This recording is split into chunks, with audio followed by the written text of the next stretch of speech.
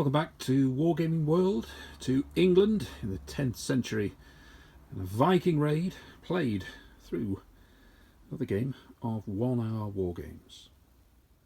Okay, so it's going to be a game 6 units aside. Got the Vikings here at the front of your screen, attacking a line of Saxons, 5 standard units and some skirmishers there in the woods. Quick look at the forces. We've got 4 decent units at the front there in a shield wall. This is their leader at the front, and we've also got a reserve at the back. And as I mentioned, we've also got on the right hand side here some slingers in the woods. And on the other side we've got the Viking attackers. We've got 4 heavy kind of units, and then on the side here we've got their commander, and I've got 2 berserker units as well. So that's who will be advancing and try and get through the Saxon defenders. Just to mention that as I'm playing this solo, I'll use the solo elements of the rules. So with each turn I'll draw a card and see what happens, whether there is a positive or negative impact on either of the units. Okay, so let's start off with the advancing Vikings.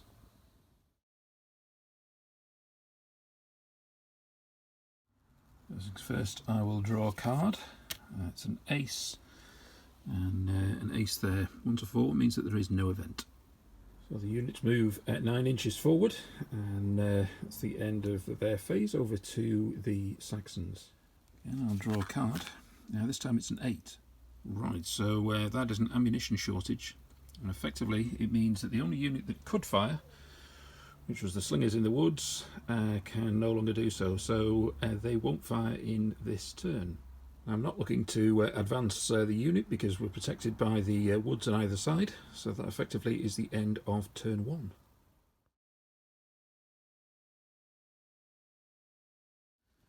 Turn 2, and hang on, that's a joker. Right, so enemy panic. A single enemy unit acquires 1 to 6 hits. Okay, so I need to roll for which one. So 1, 2, 3, 4, left to right. 5 is the one at the back, and 6 will be the slingers. Okay, so it's going to be the reserve unit. How many hits will it take? It takes 1. I'll just mark that 1 at the back. And with that, the units are within charge range, so they're going to move into combat. Okay, well, only skirmishers can enter into the woods. So in this case we've got the 4 units attacking the Saxons here. So they're warband, so when they hit it'll be a +2 for each of the impact. However, we've then got a shield wall, so it's half the impact. So effectively is that if we roll a 6, taking it up to an 8, it means it'll be a 4 for an impact. The lowest they can get is obviously a 1 + 2 will be a 3, so 2. So it's either going to be a 2, 3 or 4 in terms of the impact. So I've rolled off camera, and the impact is a 3 for these 2 units and a 4 of the 2 on that side. So over to the Saxons. Start by drawing a card. It's a 3, so nothing happens. The slingers can fire, so they will fire at this unit here. It's a -2 for the impact. This -2. It is 2. And in terms of the impact, it's a 1d6 across, so I'll work out the impact across these 4 units. Impact is 3, 4, 5 and 1.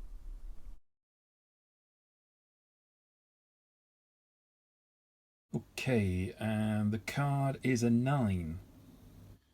That's not great. Demoralisation. Single unit of your own side acquires 1d6 hits. Left to right in the units, so number 6. 6 is this one, which already has 2 against it. 1d6 hits is 6 up to 8. So this is the unit which has been impacted.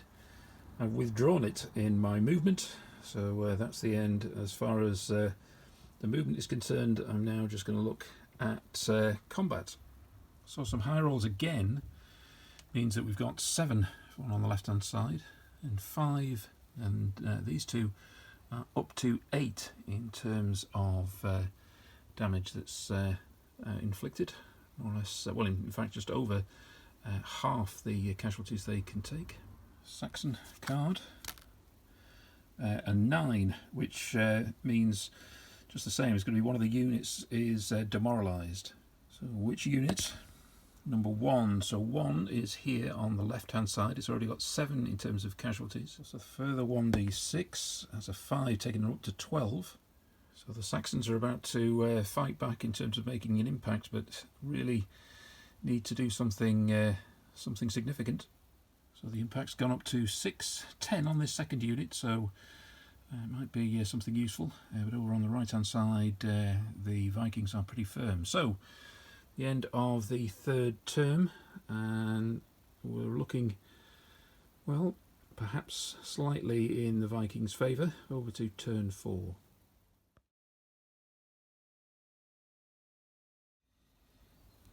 Card, Viking card 2, nothing's happening.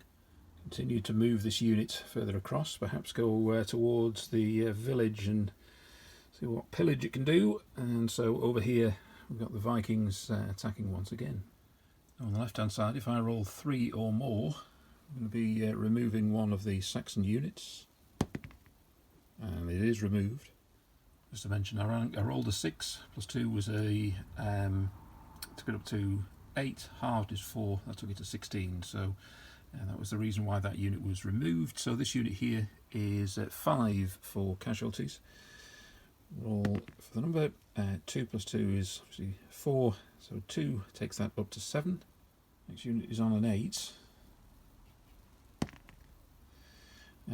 8 plus 4, so up to 12. Final unit is on an 8. Plus 2 takes it up to 10. Over to the Saxons. I'll draw a card in a second. The only concern I've got is that with the reserve, I know I need to plug that gap, but over on the other side, looks like I might lose a new unit at that end too, so let's see how that goes. Draw a card.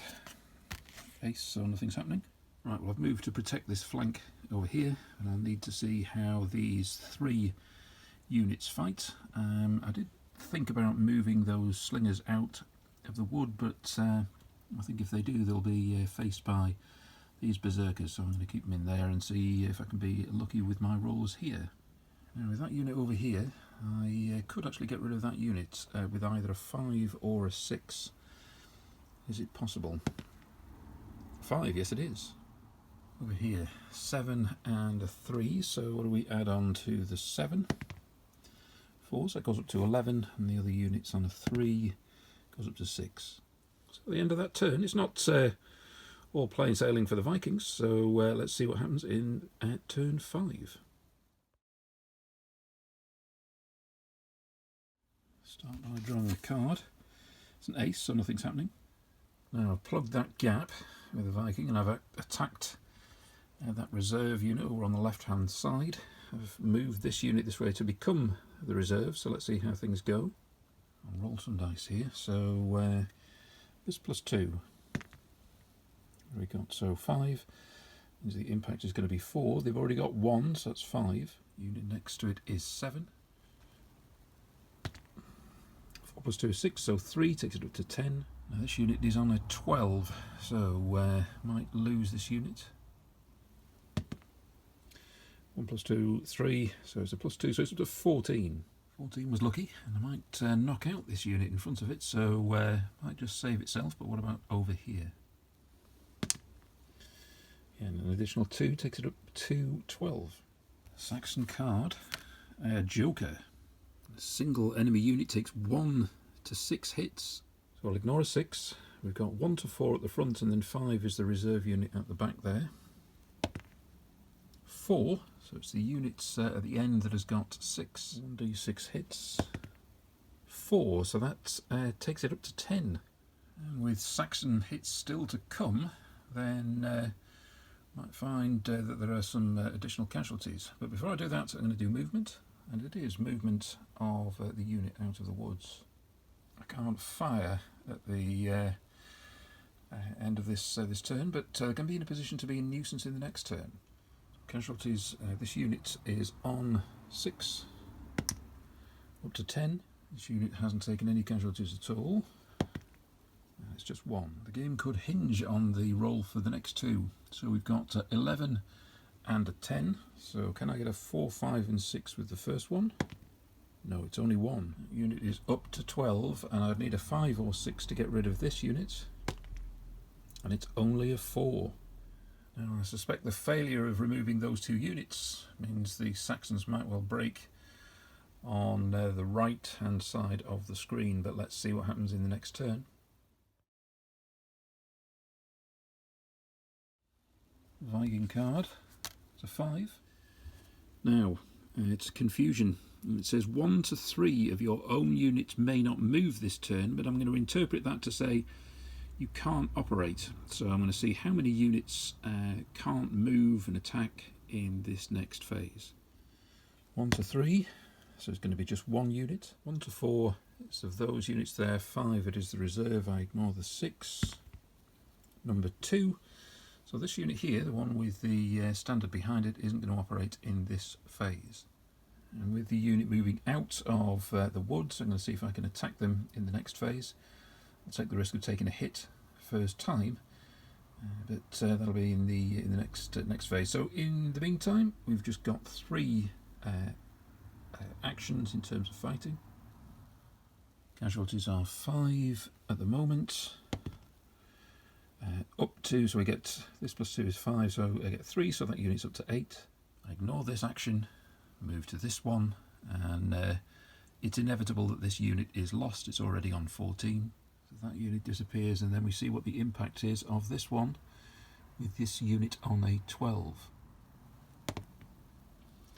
And that means that that unit is also lost with an additional 4 taken up to 16, so that unit is lost. And this is how things look. The Vikings really are about to swamp these Saxons, but let's see the next Saxon card. Out a Queen. Now that means a rally, so 1 to 3 of the units get their own 1 to 3 hits back. So if I avoid a 1 or a 2, so 3, so it effectively means 2 units will receive 1 to 3 hits back. I've only got these 2 who've taken casualty, so I'll roll to get the recovery. This reduces from 8 to, I lose 3, so down to 5. Next it goes from 10, I lose just 1, so down to 9.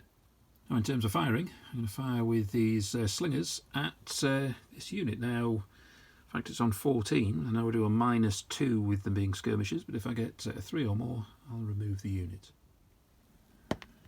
And it is, so that unit on the right hand side is removed. And I can remove another unit here if I can roll a 5 or a 6. This game isn't necessarily completely lost, but it's only a 1. And impact over here, it again is just a 1, so that unit only up to 2.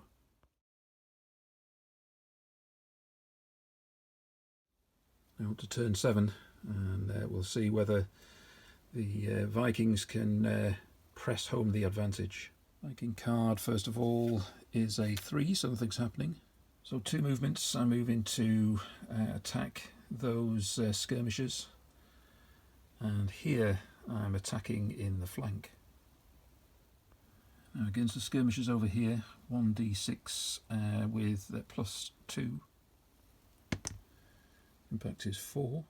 Now I'm going to hit against the shield wall, so I will half the impact, but not when I hit in the flank, and I suspect I'm going to remove this unit as a consequence. So from the front, it's 3, so the impact of that takes that up to 12.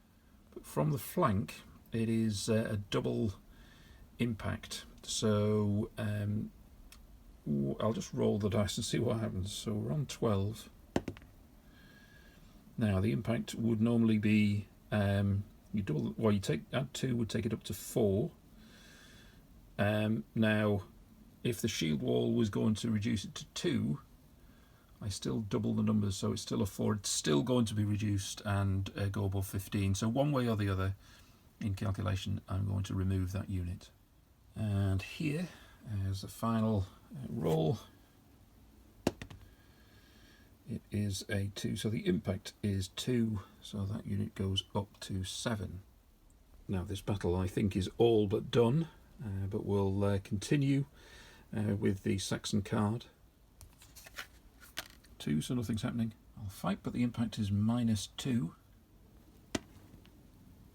Oh, still 4 though, so that's the case that this unit goes up to 12.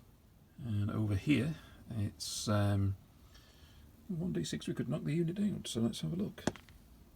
No, it's 1 again, so I had 2 opportunities to remove it and it hasn't. That unit goes up to 12.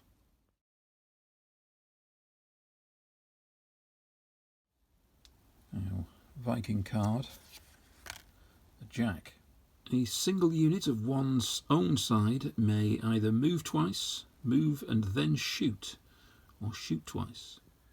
And as a result of that, I can move the unit in the middle into the flank, and the one on the right hand side there can move twice if it needed to do, and get into the rear of the Saxons. And with that I know that in terms of the calculation, that unit would be removed in terms of its casualties. And a result, as they surround the Saxons, they're going to allow that Saxon leader to surrender. And that means it's going to be a Viking victory, and they're going to take the spoils from this village. Okay, well, so that's a successful Viking victory on New Year's Day. So just to say thanks for watching, hope you've enjoyed the game, and I'll see you next time.